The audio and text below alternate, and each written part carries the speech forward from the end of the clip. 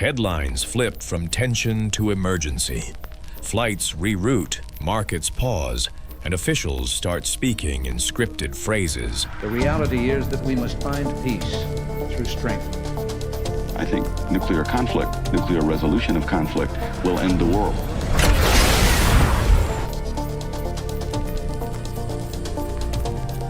Let's walk through the first hour when a crisis turns hot, and what you notice before you see it for yourself. World War III. Here is not a single speech or a neat declaration. It is a chain reaction that makes several major powers move at once. The first hour is rarely clear. It is signals, confusion, and decisions moving faster than most people expect. The spark can vary. A strike on a major base, a naval clash that kills sailors on camera, a blockade that traps shipping. A launch warning leaders fear is real. The trigger matters less than the speed that follows, because once forces start moving, every side worries about being caught flat-footed. At the national level, governments shift into crisis mode because credibility is on the line. Deterrence is partly about showing you will respond. Even defensive steps can look like attack preparation to an anxious rival. Phone lines light up between capitals. Security teams move leaders into protected rooms. Aircraft are put on alert. Ships change course. Cyber teams raise their posture and watch for spoofing. Inside the United States, you do not see blasts first. You notice language. Officials stop freelancing and start reading. Briefings get shorter and more careful. You hear phrases like, "We are monitoring," "No details," and "We will update you." Airline notices pop up. Flights reroute. You see odd delays that do not match the weather. You may also notice governors and mayors switching to plain guidance and agencies posting the same short bulletins across multiple platforms. Early stress shows up in small ways. Cell networks feel slower. News apps lag. Some banking sites time out. Rumors run ahead of facts, and people repost them with confidence. Emotion is the next threat. Denial looks like jokes and endless scrolling. Fear looks like certainty with no proof. Resist both. Control your home. Stay steady. Cut rumor intake. And prepare for short disruption without doing anything dramatic. In the first minutes, leaders chase two answers. Is this real? If it is real, is it limited, or is it expanding? Confirmation is dull when it works. Radar tracks, satellite cues, intelligence feeds, and human reports get compared. No single screen gets to decide. Teams look for patterns that line up across different systems, and they look for gaps that suggest a glitch. The first hour is dangerous because modern tools are fast, not flawless. Weather can distort signals. Software can misclassify. Data links can drop and return with bad tracks. People can misunderstand what they are seeing while adrenaline is high. Under stress, the brain fills blanks with fear. Then comes the speed trap. Leaders do not get long timelines. They get short windows, partial information, and advisors who worry about being surprised. Early warning systems are meant to buy time, but they can also compress choices. Waiting can feel like weakness, even when waiting is the safer move. While confirmation is happening, militaries still act. Aircraft shift patrols, ships reposition, bases tighten access, communications move to protected channels.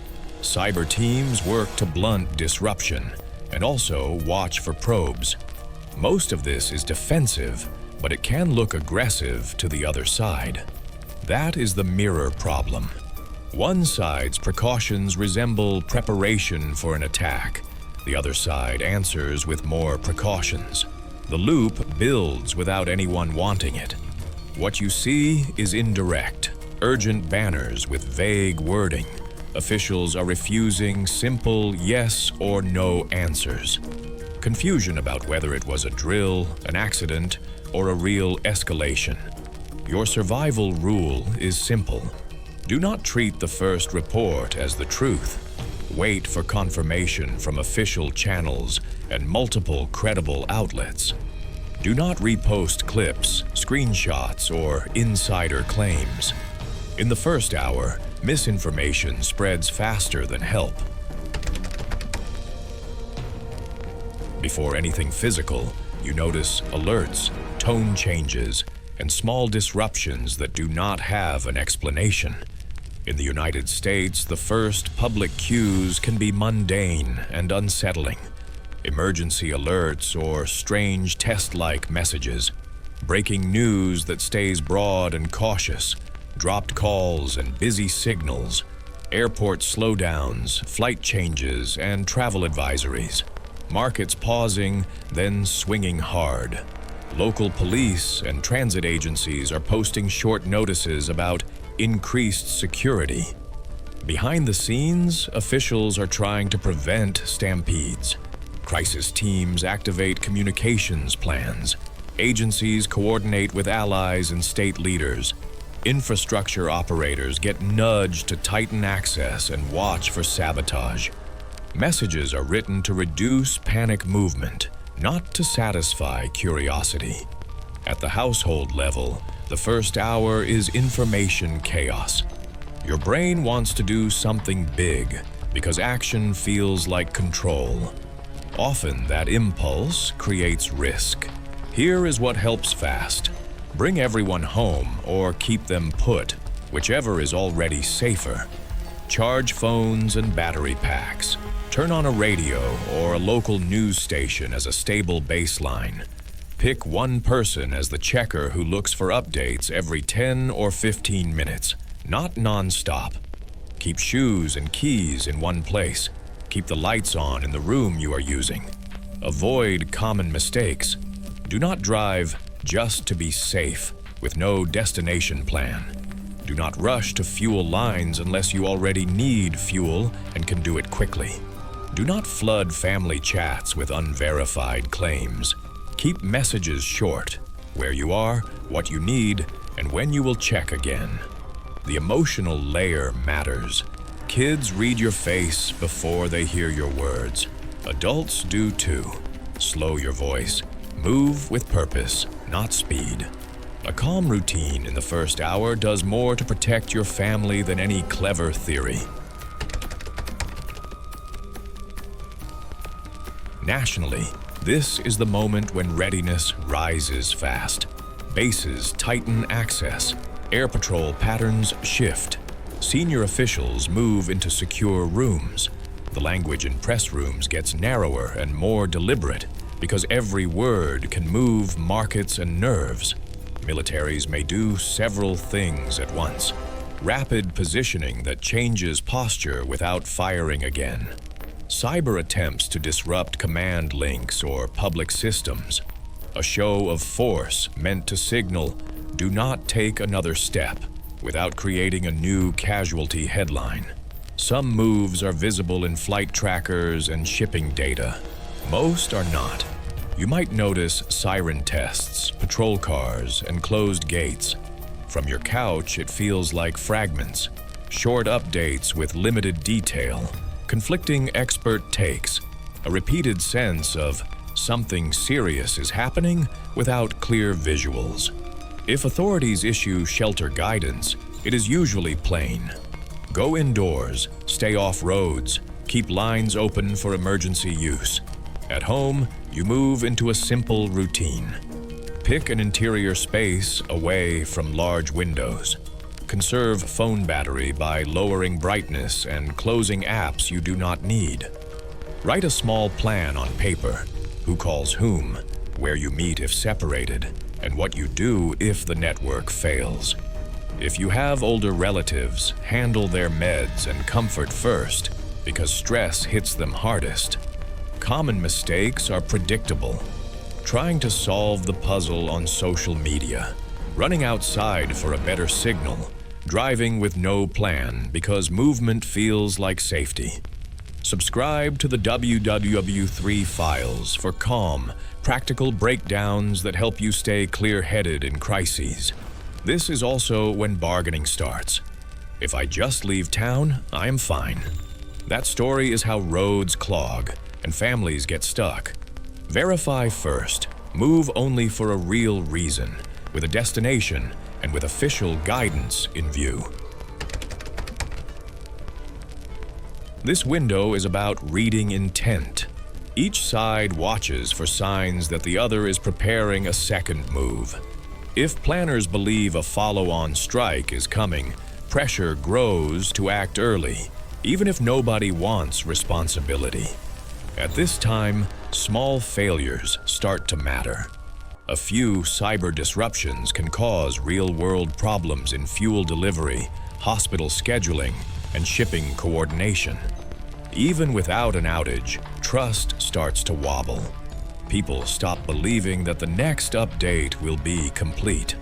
What you might see looks ordinary at first. More official statements, still cautious. Schools, events, and some work sites are closing early, out of caution. Airlines and ports are tightening procedures. Banks are warning about scams.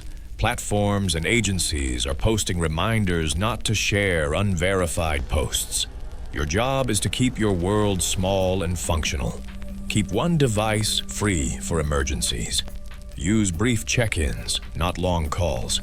If texts fail, switch to short voice notes only when needed, then stop.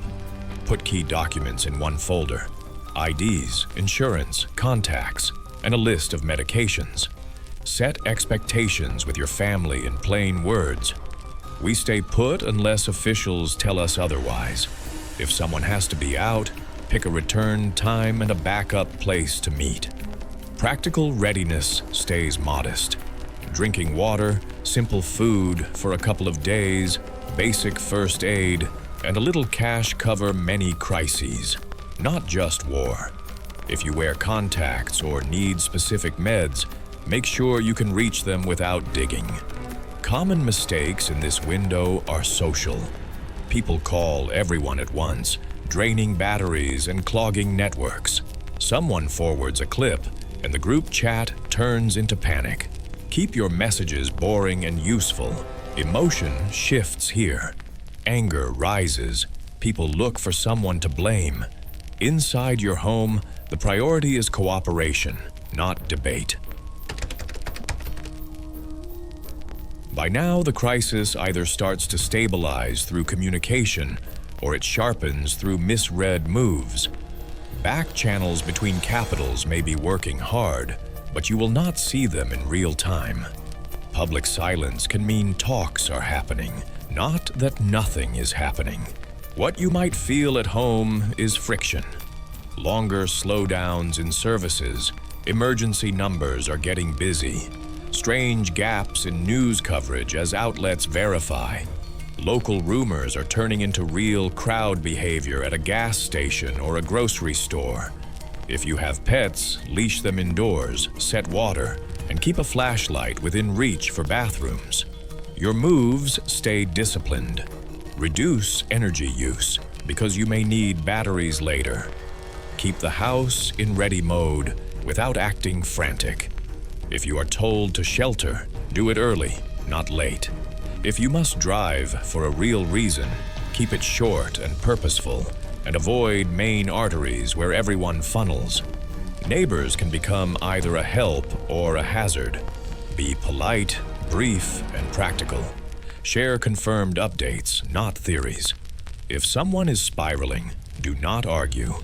Offer one simple fact, then step back. If you have extra water or chargers and you can help without risking your own basics, small sharing can lower tension. If you cannot, say no calmly. Do not chase crowds because they must know something. Crowds often know only that other crowds are moving. Do not buy based on one viral post. When people panic, scams spread too. Treat sudden links, donation requests, and urgent payment demands as suspect. This is also where fatigue starts. Attention shrinks. People miss details. Kids get restless. Adults snap at each other over small things. Structure is your antidote. Simple meals, simple roles, simple check-ins. Calm is not a mood. It is a system you build on purpose. By this point, two paths are possible. The crisis pauses, and leaders step back from the edge.